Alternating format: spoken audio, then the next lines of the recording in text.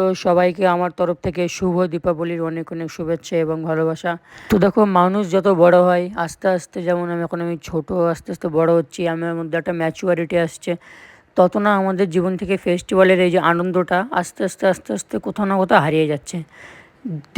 দীপাবলির মধ্যে চলে যাচ্ছে, কিন্তু আমাদের মনে কোনো একটা এক্সাইটমেন্ট নেই। যে আমার মনে বিশেষ করে কোনো একটা এক্সাইটমেন্ট নেই। সারাদিন দোকানে পড়ে থাকো, বই পড়ো, ফোন দেখো, এ বো এরকম করতে দিন চলে যায়। তো আমার মতো এরকম অনেকেই আছে যারা কেরিয়ারের জন্য অনেক কিছু স্যাক্রিফাইস করা লাগে।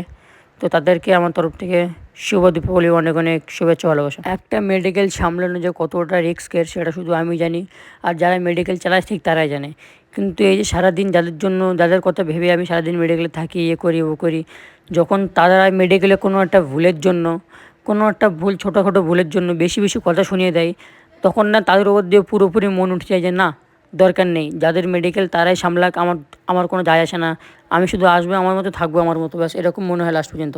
কোনো দিন তো কারো ক্ষতি চাইনি, কিন্তু যখন মানুষ বলে যে আর তুমি আমাকে লুটিয়ে দিচ্ছ, এ করে দিচ্ছ, ও করে দিচ্ছ, তখন তাদের ওপর থেকে একদম এরমভাবে মন উঠে যায় না, যে মনে হয় না যে একবার ওদের কথা ভালো করে শুনি বা বুঝি, ওদেরকে বোঝার আর কোনো ইচ্ছা থাকে না।